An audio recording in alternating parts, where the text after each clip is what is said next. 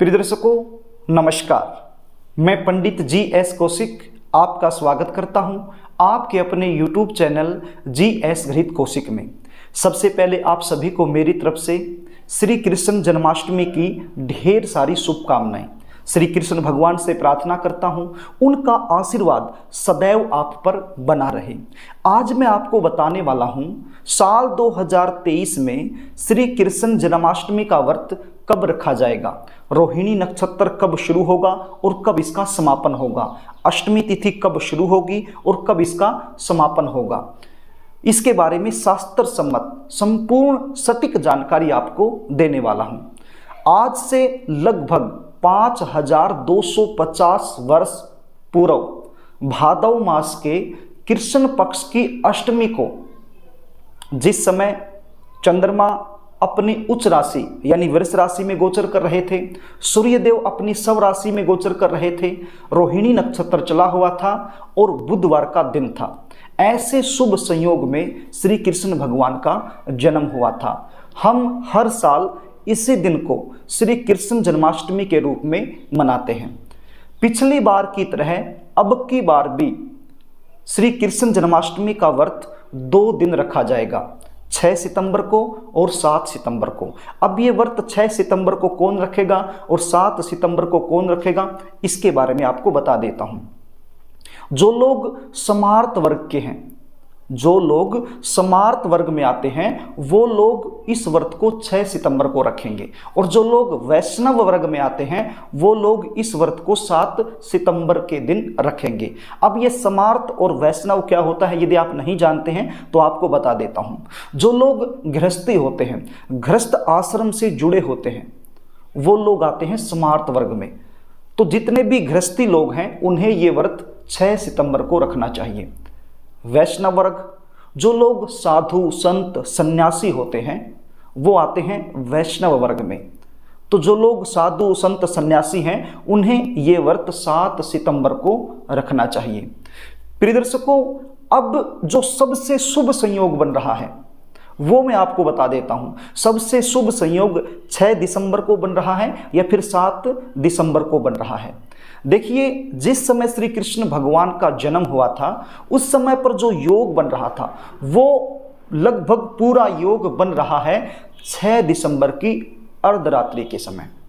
कैसे बन रहा है इसको मैं आपको बता देता हूं। 6 दिसंबर को जो अष्टमी तिथि है वो शाम को 3:38 पर शुरू हो जाएगी और इसका जो समापन है वो 7 सितंबर को शाम के समय 4:14 पर हो जाएगा। यानी कि अर्धरात्रि के समय अष्टमी तिथि पड़ रही है। किस दिन? 6 दिसंबर को।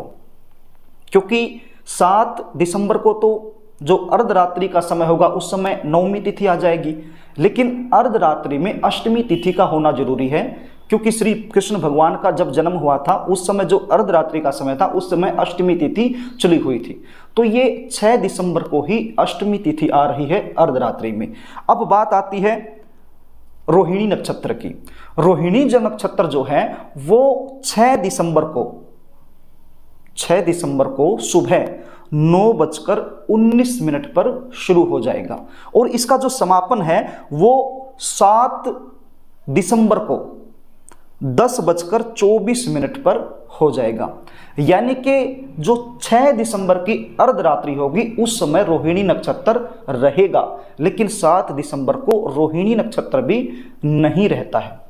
और बात रही दिन की, जो 6 दिसंबर को बुधवार है और बुधवार के दिन ही श्री कृष्ण भगवान का जन्म हुआ था। तो कुल मिलाकर के ये जो संयोग बन रहा है ये 6 दिसंबर को ही बन रहा है और साथ में जो चंद्रमा है वो भी वृष राशि में गोचर कर रहे हैं। जो चंद्रमा है वो भी वृष राशि में यानी कि अपनी उच्च की राशि में गोचर कर रहे हैं। तो कुल मिलाकर के जो संयोग लगभग आज से 5250 वर्ष पूर्व श्री कृष्ण भगवान के जन्म के समय बना था, वही लगभग पूरा योग 6 दिसंबर की अर्धरात्रि को बन रहा है। ये मैं नहीं कह रहा, ये हमारे पुराण कह रहे हैं, हमारे पंचांग कह रहे हैं। मार्तंड पंचांग, दिवाकर पंचांग और भी बहुत सारे जो प्रमाणित पंचांग हैं उनके अंदर ये साफ साफ लिखा गया है, उनके अंदर इस बात की पुष्टि की गई है कि 6 दिसंबर को एक बहुत अच्छा योग बन रहा है श्री कृष्ण जन्माष्टमी व्रत को लेकर। तो प्रिय दर्शकों, यदि हो सके तो यह व्रत आपने 6 दिसंबर को ही रखना है। हमारे बहुत सारे पुराण जैसे विष्णु रहस्य है, गौतमी तंत्र है, पद्म पुराण है, ये पुराण भी इसी बात की पुष्टि कर रहे हैं। 6 दिसंबर के दिन जो योग बन रहा है, यदि इस योग में श्री कृष्ण जन्माष्टमी का व्रत रखा जाए तो फिर बड़े पुण्य की प्राप्ति होती है। आपका कोई ऐसा पितर जो प्रेत योनि में गया हुआ है उसका भी मुक्ति हो जाती है प्रेत योनि से, और आपको बड़े पुण्य की प्राप्ति होती है। बड़ी मुश्किल से ऐसा दुर्लभ योग मिलता है। ये मैं नहीं, ये हमारे प्राण कह रहे हैं। आप दिवाकर पंचांग में जाकर के देख सकते हो। बिल्कुल मैं कोई ऐसी मन घड़त बातें नहीं कर रहा हूं, बिल्कुल प्रमाणित बातें कर रहा हूं। 6 दिसंबर की अर्धरात्रि के दिन सबसे अच्छा योग बन रहा है।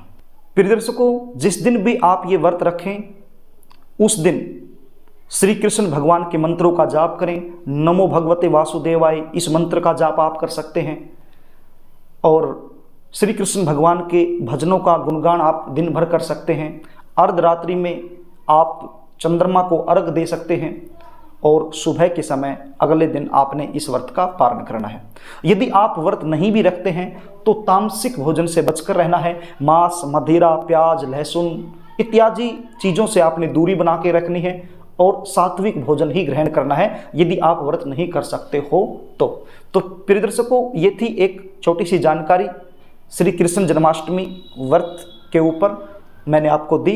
आशा करता हूँ आपको अच्छी लगी होगी। यदि अच्छी लगे तो इस वीडियो को शेयर करना और कमेंट में जय श्री कृष्णा जरूर लिखना, और यदि चैनल आपने अभी तक सब्सक्राइब नहीं किया है तो इस चैनल को सब्सक्राइब जरूर कर लेना। आज के लिए बस इतना ही, आगे फिर मिलेंगे, तब तक के लिए नमस्कार।